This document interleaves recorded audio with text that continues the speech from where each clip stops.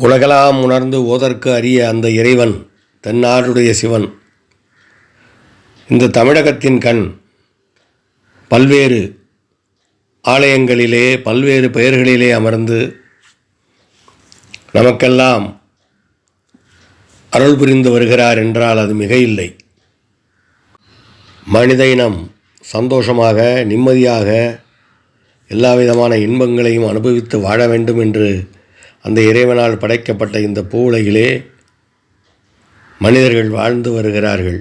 ஆனால் அவர்கள் நிம்மதியாக சந்தோஷமாக இந்த உலகத்து இன்பங்களை எல்லாம் அனுபவித்து வருகிறார்களா என்றால் நிச்சயமாக அது கிடையாது. அதற்கு காரணம் என்ன? இந்து மத சம்பிரதாயப்படி முற்பிறவி என்ற ஒன்று உண்டு. அப்பொழுது செய்த பாவ புண்ணியங்களுக்கு ஏற்பவே இந்த பிறவி அமைகிறது என்று சொல்லப்படுகிறது.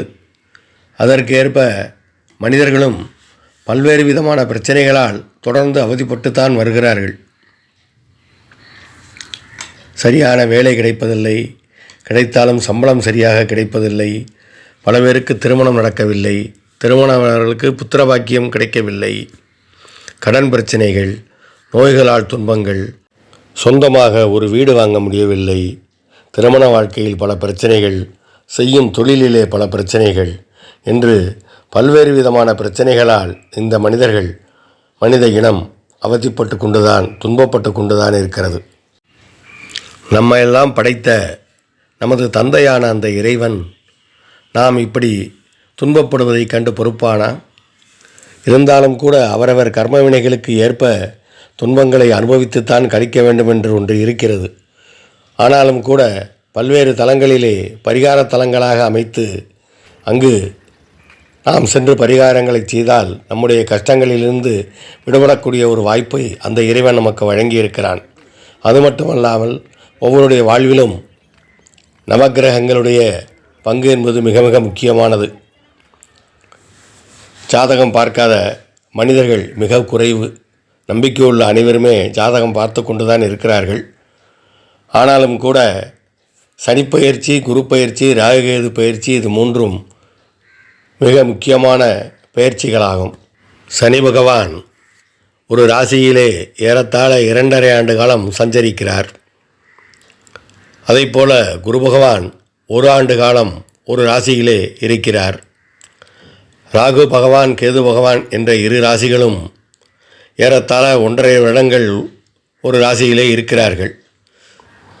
அப்படி அவர்கள் ஒரு ராசியை விட்டு இன்னொரு ராசிக்கு மாறக்கூடிய அந்த பெயர்ச்சியை, கிரக பயிற்சியை மக்கள், ஜோதிடத்திலே நம்பிக்கையுள்ள மக்கள் மிக ஆவலாக எதிர்பார்க்கிறார்கள்.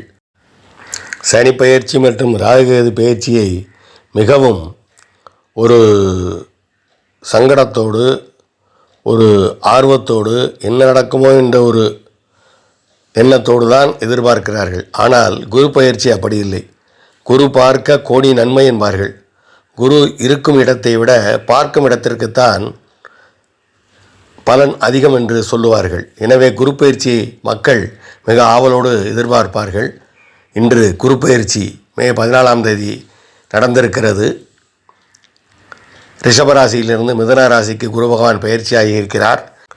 இந்த நேரத்திலே நாம் ஆபத் சகாயேஸ்வர சுவாமி அருள் புரியும் ஆலங்குடிக்கு, அதாவது குரு பகவானுடைய பரிகாரத்தலமான அந்த ஆலங்குடிக்கு நாம் இப்பொழுது செல்கிறோம்.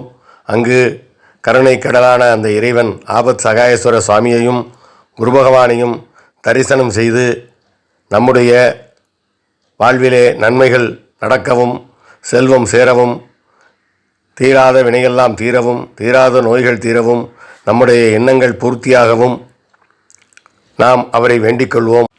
இதோ ஆபத் சகாயேஸ்வர சுவாமி அருள்வரியும் ஆலங்குடி திருத்தலத்தின் அந்த கோவிலுக்குள்ளே நாம் நுழைவோம். குரு பகவானை தரிசிப்போம், பிரார்த்தனை செய்வோம். வாருங்கள் அன்பர்களே. ஆலங்குடி கோவிலின் சிறப்பு என்ன, அதை பற்றி தெரிந்து கொள்வோம். குரு பகவானுக்கு என மிகவும் சிறப்பு வாய்ந்த ஆலயமாக ஆலங்குடி ஆபத் சகாயேஸ்வரர் திருக்கோவில் விளங்குகிறது. குரு பயிற்சி தினத்தில் குருவருளை தேடி வரக்கூடிய கோவிலாக ஆபத் சகாயேஸ்வரர் திருக்கோவில் விளங்குகிறது. இங்கு மூலவராக ஆபத் சகாயேஸ்வரர் என்ற காசி ஆரண்யேஸ்வரர் விளங்குகிறார். தாயாரின் பெயர் அம்பாளின் பெயர் ஏலவார் குழலி. உற்சவமூர்த்தி தட்சிணாமூர்த்தி எனப்படும் குரு பகவான். இங்குள்ள மூலவர் ஆபத் சகாயேஸ்வரர் சுயம்புலிங்கமாக அருள்பாலிக்கிறார். அம்பிகை இந்த தலத்திலே தவமிருந்து இறைவனை திருமணம் செய்து கொண்டார். விஸ்வாமித்திர மகர்ஷி, முகுந்தர், வீரபத்திரர் ஆகியோர் வழிபட்ட புண்ணிய தலமாகும் இந்த ஆலங்குடி. குரு பகவானுக்கு என சிறப்புக்குரிய பரிகார தலமாக இந்த ஆலங்குடி விளங்குகிறது. இன்றைய குரு பெயர்ச்சி தினத்திலே மக்கள் கூட்டம் கூட்டமாக வெள்ளம் வெள்ளமாக இங்கே வந்து குரு பகவானுக்குரிய அர்ச்சனைகளை செய்து தங்கள் வாழ்விலே வளமும் நலமும் சேர வேண்டும் என்று வேண்டிக் கொள்வார்கள்.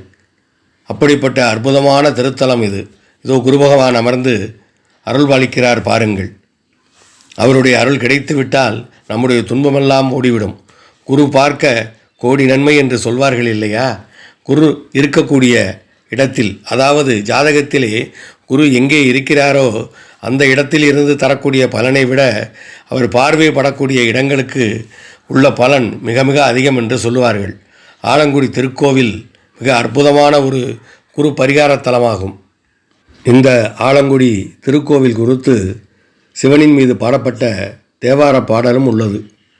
இந்த திருத்தலம் சோழர் மன்னர்களால் கட்டப்பட்டது. நாகதோஷம் நீங்க, மனக்குழப்பம் பயம் நீங்க, இங்குள்ள விநாயகரையும் திருமணத்தடை நீங்க, கல்வியில் சிறக்க இந்த ஆலயத்திலே பிரார்த்தித்து வழிபடலாம். வேண்டுதல்கள் நிறைவேறியவர்கள் இங்கு வந்து அபிஷேகம் செய்து புது வஸ்திரம் சாத்தி வழிபடுவது வழக்கம். இந்த திருக்கோவில் குரு பகவானின் சிறப்பு தலமாக பார்க்கப்படுகிறது. ஒவ்வொரு ஆண்டும் மாசி மாதம் 3வது வியாழக்கிழமை மகா குரு வாரமாக கொண்டாடப்படுகிறது. இந்த கோவிலில் உள்ள குரு பகவானுக்கு மாசி மாதம் வரும் வியாழக்கிழமைகளில் மட்டும்தான் அபிஷேகம் நடத்தப்படுகிறது. குரு பயிற்சி தினத்தை விட இந்த மாசி மாத வியாழக்கிழமை வழிபாடு மிகவும் விசேஷமாக இந்த ஆலங்குடி திருத்தலத்தில் கொண்டாடப்படுகிறது. தட்சிணாமூர்த்தி ஆழகால விஷத்தை குடித்து தேவர்களை காத்ததால் இந்த தலத்துக்கு ஆலங்குடி என பெயர் வந்தது. இங்கு ஆலமரத்தின் கீழ் அமர்ந்து சனகாதி முனிவர்களுக்கு உபதேசம் செய்கிறார். இங்குள்ள தலவிருட்சம் கருமை நிற பூக்கள் கொண்ட பூளை செடியை தலவிருட்சமாக கொண்டுள்ளது. இந்த ஆலயம் விஷத்தின் தன்மையால் இந்த கருமை இருக்கலாம் என்று கூறப்படுகிறது. பார்வதி தேவியின் தந்தையான தட்சன் சாபம் நீங்கி ஆட்டுத்தலையுடன் காட்சியளிக்கிறார். இவர் உற்சவர் சிலைகள் இருக்கும் இடத்திலே காட்சியளிக்கிறார். இங்குள்ள சுந்தரர் சிலை திருவாரூரிலிருந்து அர்ச்சகரால் ஒழித்து எடுத்து வரப்பட்டதாகவும், அப்போது காவலரிலிருந்து தப்பிக்க தங்களின் பிள்ளைக்கு அம்மை நோய் உள்ளதால் மறைத்து கொண்டு செல்கிறோம் என்று கூறினர். தொடர்ந்து ஆலங்குடி வந்து பார்த்தபோது சுந்தரருக்கு அம்மை போடப்பட்டிருந்தது. இப்பொழுதும் கூட சுந்தரர் சிலைக்கு அம்மை தழும்புகள் இருப்பதை காணலாம். இதோ பாருங்கள், ஆபத் சகாயேஸ்வர சுவாமியின் திருவுருவ சிவலிங்க வடிவ சிலை காணப்படுகிறது. அதை தரிசனம் செய்து கொள்ளுவோம். கும்பகோணம் மாயவரத்தை சுற்றி நவக்கிரகங்களுக்கும் ஆலயங்கள் உள்ளது, நாம் அனைவரும் அறிவோம். ஆனாலும் கூட நவக்கிரகங்களுக்கென்று தனி ஆலயங்கள் கிடையாது. அனைத்துமே சிவபெருமான் அருள் புரியக்கூடிய சிவாலயங்கள் தான். அந்த கோவிலில் சென்று அந்தந்த கிரகம் தங்களுடைய பிரச்சனைகள் தீர, தங்களுடைய சாபங்கள் தீர வேண்டிக் கொண்டு வழிபட்டதால் அந்த ஆலயங்கள் அந்தந்த கிரகங்களுக்கு உரிய ஆலயமாக வழிபடப்படுகிறது. ஏனென்றால் நவக்கிரகங்கள் அனைத்தையுமே தன்னுடைய கட்டுப்பாட்டில் வைத்திருப்பவர் அந்த அகிலாண்ட கோடி பிரம்மாண்ட நாயகனான இந்த சிவபெருமான் தானே. ஆகையினால் இந்த ஆலயங்களிலே அந்தந்த கிரகத்துக்கு உரிய சன்னதி தனியாக அமைக்கப்பட்டிருக்கும். அந்த ஆலயம் அந்த கிரகத்துக்குரிய பரிகார தலமாக கருதப்பட்டு வழிபாடுகள் செய்யப்படுகிறது. மாதா பிதா குரு தெய்வம் என்று சொல்லுவார்கள். அந்த வகையிலே இந்த கோவிலில் நுழைந்ததும் முதலில் அம்மன் சன்னதி, பிறகு சுவாமி சன்னதி, பின்னர் குருவின் சன்னதி என்று அமைக்கப்பட்டிருக்கிறது. இதோ பாருங்கள், அன்னை ஏலவார் குழலியின் சன்னதி மிக அழகாக அற்புதமாக அமைக்கப்பட்டிருக்கிறது. அன்னையை உலகாடும் அன்னையை, நம்முடைய தாயாரை வணங்கிக் கொள்ளுவோம். நம்முடைய வாழ்விலே வளமும் நலமும் பெருகட்டும், செல்வம் பெருகட்டும், நோய்கள் தீரட்டும், வேலை இல்லாதவர்களுக்கு வேலை கிடைக்கட்டும், திருமணம் ஆகாதவர்களுக்கு திருமணம் நடக்கட்டும், தொழில் மேன்மையுறட்டும். நம்முடைய பிரார்த்தனைகள்லாம் அவருடைய காலடியிலே சொன்னால் நிச்சயம் நிறைவேற்றி தருவாள். இதோ சிவலிங்க திருமேனியாக ஆபத் சகாயேஸ்வர சுவாமியாக அருள் புரியும் அந்த ஆண்டவனை, இறைவனை தரிசனம் செய்து கொள்வோம். நிச்சயமாக அவர் நம்முடைய வேண்டுதல்களை நிறைவேற்றி தருவார். ஒருமுறை ஆலங்குடி சென்று வாருங்கள். குருப்பெயர்ச்சி நடைபெற்றிருக்கிறது. வாய்ப்பு கிடைத்தவர்கள் ஆலங்குடி சென்று சுவாமியையும் அம்பாளையும் தரிசனம் செய்து, குரு பகவானையும் தரிசனம் செய்து, உங்கள் வாழ்விலே எல்லாவித நலன்களையும் பெற்று வாழ்வாங்கு வாழ வேண்டுமென்று ஞானபாரதம் வாழ்த்துகிறது. இந்த ஆலங்குடி திருக்கோவில் திறந்திருக்கக்கூடிய நேரங்கள் காலை 6 மணி முதல் மதியம் 1 மணி வரையும், மாலை 4 மணி முதல் இரவு 8:30 மணி வரையும் திறந்திருக்கும். அந்த நேரங்களிலே சென்று சுவாமியை தரிசிக்கலாம். திருவாரூரிலிருந்து மன்னார்குடி செல்லும் வழியிலே 30 கிலோமீட்டர் தொலைவிலே அமைந்துள்ளது. இந்த ஆலங்குடி திருத்தலம் செல்ல பேருந்து வசதிகள் உண்டு, ரயில் வசதியும் உண்டு. ஆனால் ரயில் நிலையமும் கும்பகோணத்தில் தான் இருக்கிறது. அங்கிருந்து இறங்கி இங்கு வர வேண்டும். விமானத்தில் செல்பவர்கள் திருச்சிக்கு சென்று திருச்சி விமான நிலையத்தில் இறங்கி அங்கிருந்து ஆலங்குடி வர வேண்டும். எனவே வாய்ப்பு கிடைக்கும் நண்பர்கள் மறந்து விடாமல் ஒரு முறை ஆலங்குடி திருத்தலம் சென்று அம்பாளையும் சுவாமியையும் வழிபட்டு, குரு பகவானையும் வழிபட்டு, தங்களுடைய வாழ்விலே எல்லா வளங்களும் நலங்களும் பெற்று வாழ்வாங்கு வாழ வேண்டும் என்று ஞானபாரதம் உங்களுக்காக பிரார்த்தனை செய்கிறது. அவசியம் சென்று வாருங்கள் நண்பர்களே.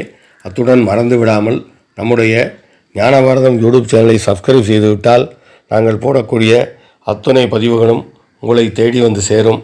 எனவே மறந்து விடாமல் நம்முடைய ஞானபாரதம் யூடியூப் சேனலை சப்ஸ்கிரைப் செய்யுங்கள், மற்றவர்களுக்கும் ஃபார்வேர்டு செய்யுங்கள். வாழ்க வளமுடன், வாழ்க வையகம்.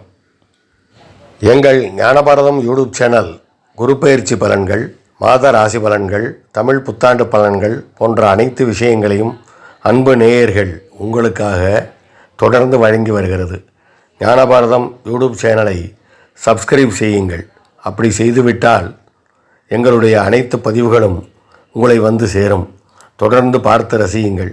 வாழ்க வளமுடன், வாழ்க வையகம். ஜெய ஜெய சங்கர, ஹரஹர சங்கர.